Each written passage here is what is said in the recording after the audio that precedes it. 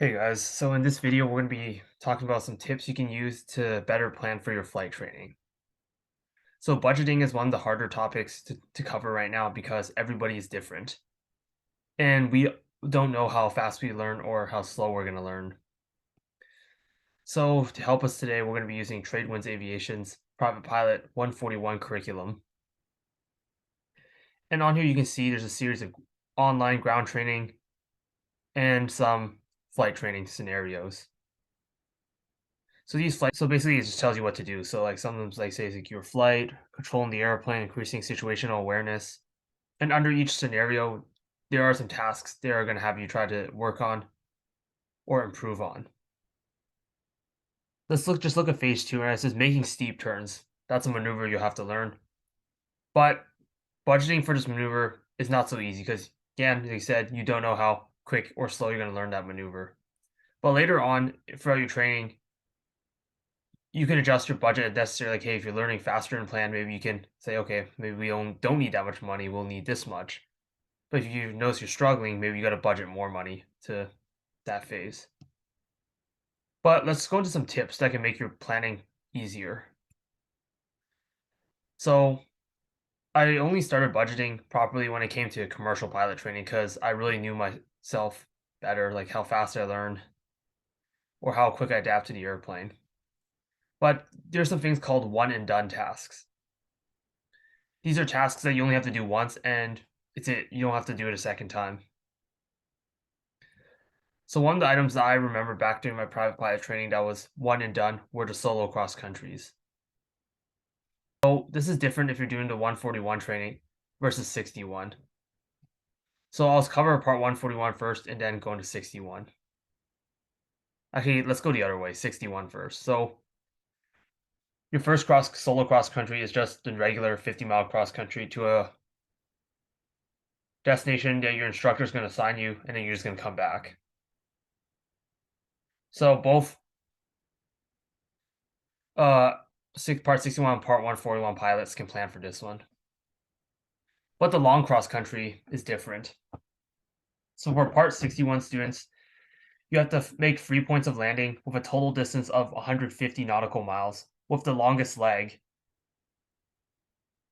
being 50 miles straight line distance.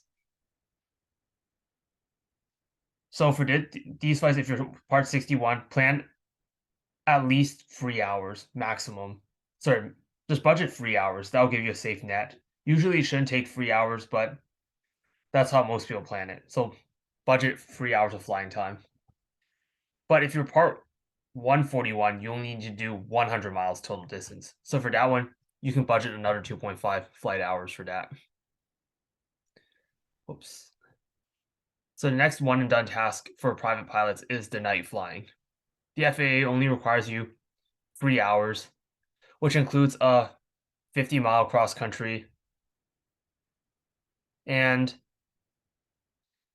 10 takeoffs and landings at a towered airport. Even though it does say 3 hours minimum, for most people, it actually takes 4 or 5 due to delays in flight. So yeah, for night flying, I would recommend just budgeting 4 hours. That will give you good, you should be able to get it done well within that time frame. So here's some other numbers that we can usually get set in stone before you hand. So back to the 141 syllabus, we have a check flight for phase 2, 5, 7, and 10. This is just Trade One's curriculum. It could be different for other flight schools, but I'll just give you a rough idea of how I budgeted for this. So for phase two, they're just checking your ability to control the airplane, do stalls and slow flight. It was a relatively short flight, so I would recommend if you're at Tradewinds, budget 1 hour for the flight. Plan to budget 1 hour flight and a 2 hour oral with the chief instructor. So you're going to be with the instructor for 3 hours that day. For phase 5, which is the pre-solo check, which is one that all students have to do. So Usually this check is usually shorter for Part 61 students, but for 141 students, they have to go for a thorough check of quite a few items. There's slow flight stalls, turns around a point, and just being able to land the airplane safely. So that one, you need to have at least 4 hours with the instructor, plan for 2 hours oral, 2-hour flight. I mean, when I say flight time here, that's how long you should book the airplane for. You're not necessarily gonna use up all that time. Phase 7 is the cross-country phase check. This one's relatively easy.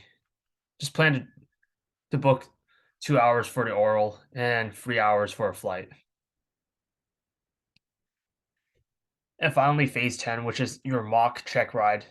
Part 141 and 61 students both have to do it. So that one just plan 3 hours for the oral. Even though on the normal check ride, it's not gonna be that long. It's just that your instructor is trying to check you very thoroughly to make sure you're actually ready. Then also book the airplane for 3 hours. So with these numbers, you can make a rough estimate of how much money you gotta save or budget for just your phase checks. And usually, assuming you don't do too poorly on these, the recheck, you really only need to book 2 hours maximum. So just book the airplane and the chief instructor's time for 2 hours, and you're good to go. So now let's talk about budgeting for just regular lessons in general. Usually when you go fly, you're gonna be billed for the airplane time and the instructor time. And time not in flight, but when you're with an instructor will be billed as ground time. So assuming you know yourself well enough, this is how you should schedule your flights. You should usually book 2-hour lessons if you're just flying in a local area. So I call them regular lessons. So I'm actually going to change that for you guys. So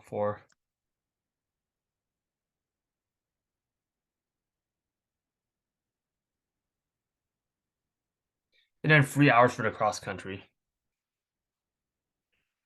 So here's an example of how the billing will work. Let's say you do a cross country flight with your instructor that lasts 2.5 hours and you book 3 hours with them. So you're going to be billed 2.5 hours for the airplane, 2.5 hours of flight instruction, and the additional time you're with the instructor goes towards ground. So if you think you're going to need to do at least 3 cross country flights before going for your phase check, this is how you should plan.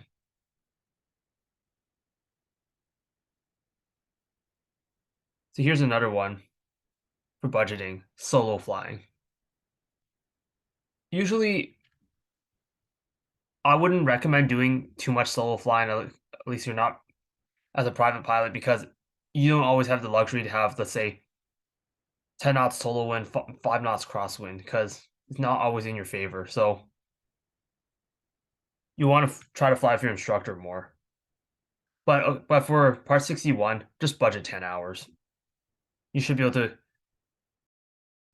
get it relatively close there easily. If you want to have a safety net, you can go ahead and add an extra hour. But for 141 students, you only need 5 hours of solo flying. And this, I would actually recommend you save it till the end,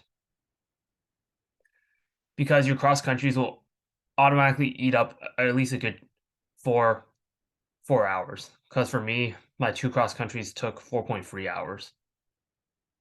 So maybe when you're just preparing for your final check ride, do one more solo flight, then you're good to go. So let's go over talk about the scenarios, which I mentioned at the start of this video. So let's actually go back to this syllabus, zoom in on that. Okay, cool. So like I said, some scenarios have to be done once, some have to be done twice, some may not even have to be done at all. So let's take a look at number 9 here, advancing your skills. So unfortunately, I don't have access to the syllabus, but if you are able to meet the standards for completing this phase, then you really don't need to do all the scenarios. So for advancing your skills, which is phase 9, I recall I only had to do let's see here. I think it was only one flight, maybe two. So the long solo cross country, which is a required flight, you had to do. So I did that one, and then did some emergency instrument skills with my instructor, which managed to meet all the requirements for this phase. So I didn't have to do the extra cross countries.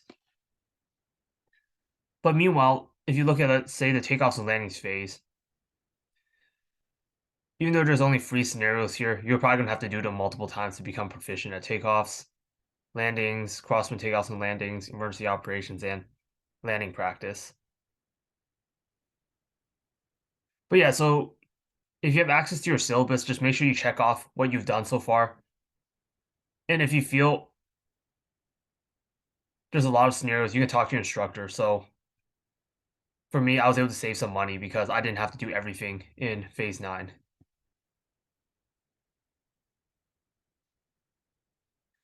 And here are some additional tips to help with budgeting. So when you initially start flying, you have to have your instructor teach you how to pre-flight. But over time, he or she's going to turn that responsibility to you to have, so you have to get the airplane ready. So what you could do is if the school allows it, try to book the airplane half an hour earlier for pre-flight. So when you get the airplane ready, you can go meet with your instructor. So I'm going to go ahead and show you an example on Schedule Master for my flight school of how this could be done.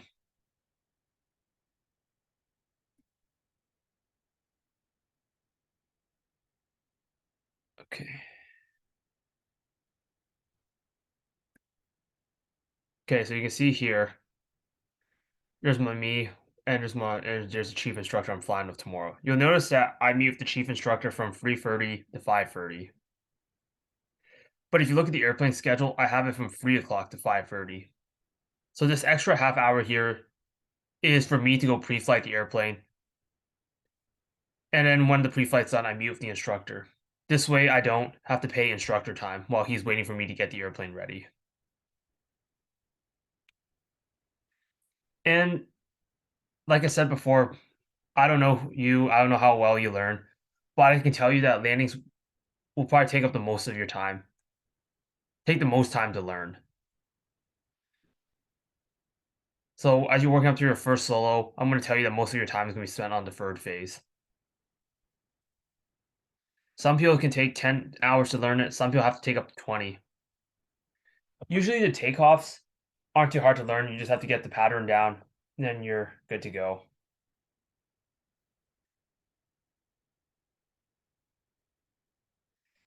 If you've budgeted everything really well for the next scenarios based on how well you understand yourself, I would recommend budgeting at least 1 to 2 additional dual flights before a phase check. Because even though you've satisfied everything for that phase, your instructor has to check that you're actually proficient. So this way, you can go in there feeling fully confident and ready to go.